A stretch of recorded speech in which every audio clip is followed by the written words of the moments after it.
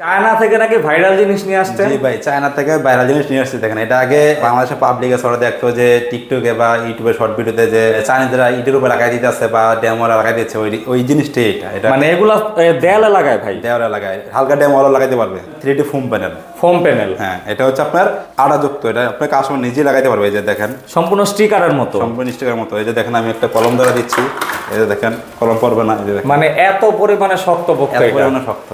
এগুলোর ভিতরে ডিজাইন কত ধরনের হয় ভাই? এগুলা পায় আপনার 30 থেকে 40টা ডিজাইন আছে। তো এই যে ভাই দেয়ালে এটাও তো ফোম প্যানেলের কাজ ওটাও করেছে। ফোম প্যানেল, ওটাও বিক্সার, ওটা কালারটা আলাদা। একবারে কিন্তু সফট হয়। জি, সেক্ষেত্রে এগুলো দেখতেও সুন্দর লাগে। হ্যাঁ, এটা সুবিধা হচ্ছে আপনার বাচ্চাদেরকে সেফ দিবে। আপনার বাচ্চারা যদি দেওয়ালে বাড়ি খায়, দেখেন ব্যথা পাবে না।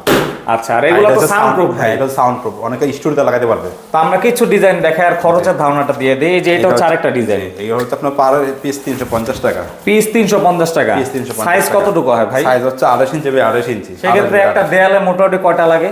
একটা দেওয়ালে আপনার যদি 10 ফিট বাই 10 ফিট দেওয়াল হয়, তাহলে আপনার 20 পিস লাগে।